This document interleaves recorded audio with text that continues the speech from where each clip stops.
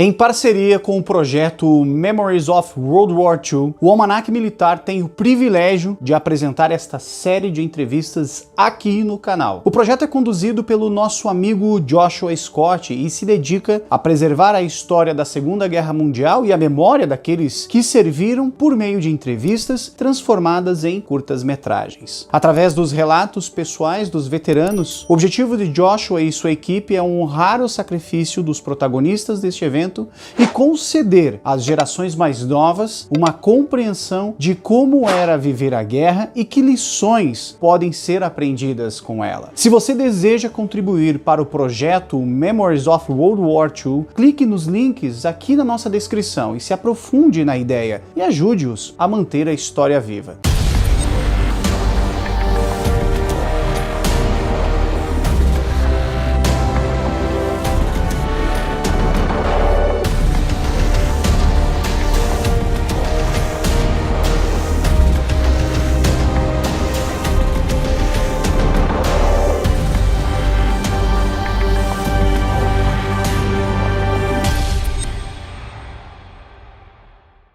E na entrevista de hoje, nosso convidado é David Wisnia. Wisnia nasceu em 31 de agosto de 1926 em Chosaksel, na Polônia, a oeste de Varsóvia.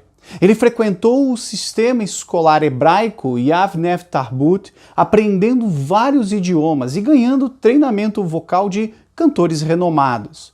Wisnia cantou em sinagogas, teatros e na rádio polonesa depois que sua família se mudou para Varsóvia. Wisnia passou 3 anos em Auschwitz-Birkenau depois que a Alemanha invadiu a Polônia em 1939, um dia depois de completar os seus 13 anos. E 3 anos depois, seus pais e irmãos foram assassinados e outro irmão nunca mais foi visto. Fique agora com as palavras de David Wisnia. When I came home in the afternoon, unfortunately, I had already became an orphan. There was a massacre. I had no family. And after that, we were transported to Auschwitz. I was living in Warsaw, Poland, with my mom, dad, 2 brothers. My dad was a carpenter and had a shop where he employed a few people, and that was considered real high class. It was so high class that I loved to brag about the idea that I had a tuxedo when I was 9 and a half, 10 years old, in order to attend the opera. Now, I was music all along, right from the first moment I started school. Even at an early age, young David Wisnia showed promise of a career in music. But all future plans would be brought to a halt when on the 1st of September 1939, the German armed forces invaded Poland, marking the official outbreak of the Second World War. It was my birthday. We woke up to the sound of planes. The war broke out with an air raid right outside of Warsaw. The bombing of Warsaw was murderous, and people were killed. When the German armies got to Warsaw, we were asked to go out and dig trenches so that the tanks could not get in.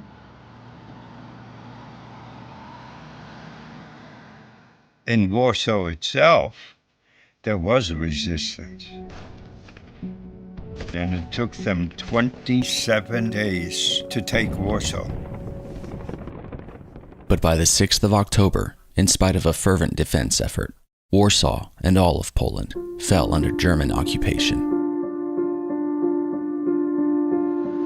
I distinctly remember being taken by my dad to watch the parade of when the Germans entered Warsaw. I will never forget turning to my dad, and when I seeing, the tanks and motorized vehicles, I said to my dad, nobody's gonna beat this army. The Nazis were quite methodical. Everything was on a step-by-step basis. So the first year, the occupation was like you didn't have any occupation. Everything was fine. It wasn't heaven, but it was livable. Until when the ghetto was formed, the rules began to appear. Tougher each month until it was practically impossible to get any food altogether. All the functions were taken over by the SS, and all hell broke loose. It was getting worse by the minute. Despite worsening conditions, David's father continued to provide for his family by doing odd carpentry jobs for the German Luftwaffe. Every workday, Eli was picked up by bus and dropped off at a nearby airbase. But one morning, for reasons still not understood, Eli insisted that David go to work in his stead. One Friday morning, he said to me that I should go instead of himself. Whether it's premonition, whether we call it whatever. I went there and I worked all day. When I came home in the afternoon, I found a pile of corpses. There was a massacre right around the area. Somewhere, somehow, they found out my father. They found a gun on him, and they shot my whole family. My father was 41, my mother was 37. My younger brother was about 13 or 14. My older brother had managed to get out of the ghetto about 6 months before. And I found out at the end of the war, when I went searching for him, I thought he was alive. I heard that he was shot, escaping from Treblinka. I had no family. Unfortunately, I had no papers, I had no records. I could not show that I was from anywhere or going anywhere. And after that, we were transported to Auschwitz.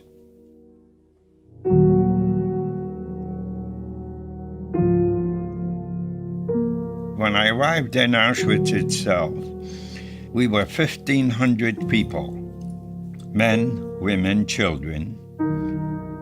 The Oberführer, who was doing the selections, he selected 580 men and put them all on the side.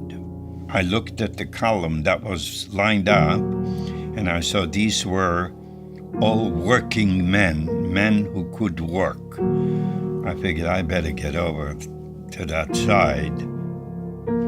The women, the children, the elder people went on trucks. Little did we know that the following morning they weren't alive anymore.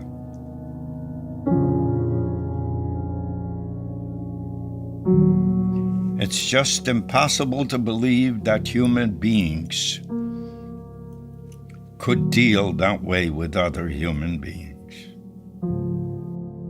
When I saw what was going on, their whole system, I realized I better try to stay alive as long as I can.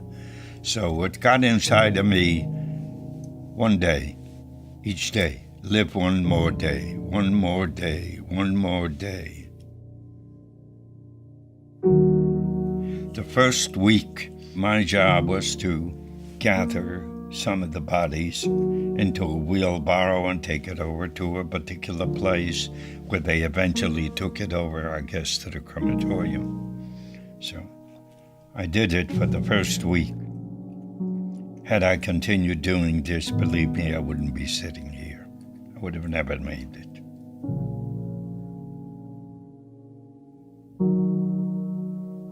To survive as a prisoner in Auschwitz, Very few could.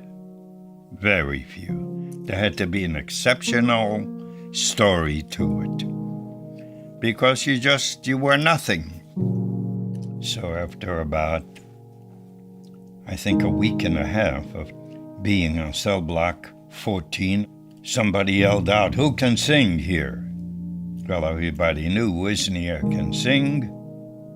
I became eventually a privileged prisoner because I could play the piano and sing.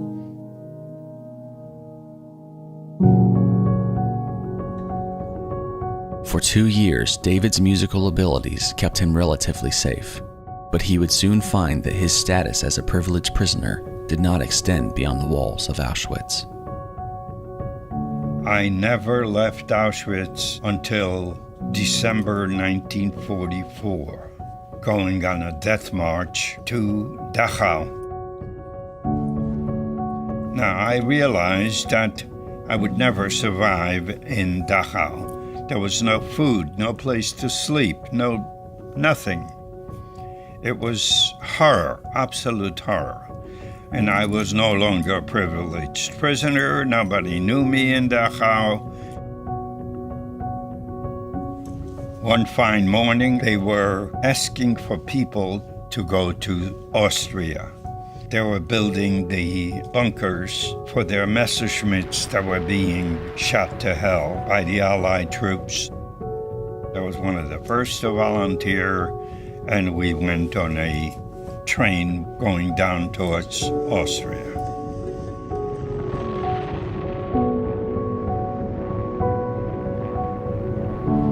We were stopped for an air raid. We know there were Russians because we saw the planes. They had red stars. So they took us out of the trains into the ditches alongside.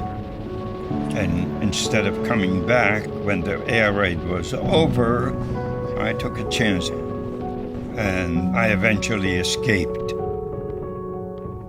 I made it. I made my way. I knew I was in Germany. I didn't know the geography at that particular point where I was, but I used to sleep during the day, hide in the barns,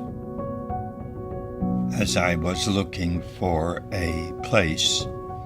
I hear a roar of tanks, and I recognized it, and believe me, if I ever prayed in my life, I prayed. I prayed so hard, dear God, don't let there be a swastika on any of these. When the first tank came around, I saw a star. I figured, oh God, I made it. I get down, and you think I am important for you to take a picture of me now. I sure was important. That whole column stopped for me. Out of the lead tank comes out Captain James L. Walker from South Carolina. He wants me to take him to the place where I escaped from. I don't want to go back to any place where I escaped from. He said, one thing he says, Jim says, are there SS? I says, yes. And so he wants me to take him. I don't want to go. To his relief, David realized he had stumbled upon the 506 Parachute Infantry Regiment of the United States 101st Airborne. The paratroopers took an immediate liking to David, practically adopted him into their unit, and put him right to work for the Allied war effort.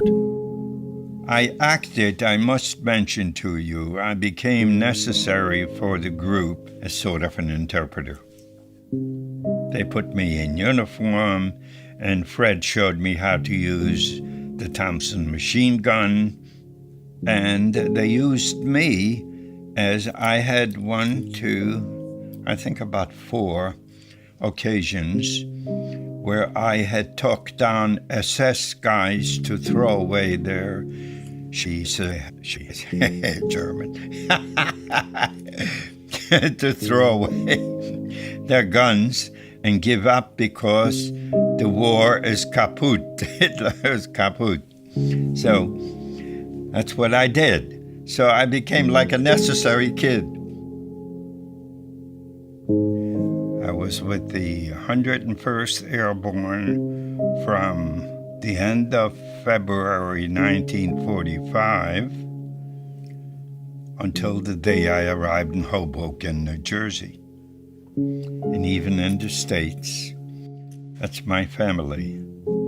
It's the only family that I had, and they know it, and I'm proud of it, really. I found my guardian angels, my new life, the 101st Airborne Division, and I am so honored receiving each year an invitation to sing the national anthem at the gathering. I'm introduced now. It's the greatest thrill to me when I am introduced as our own little Davies now going to sing our national anthem.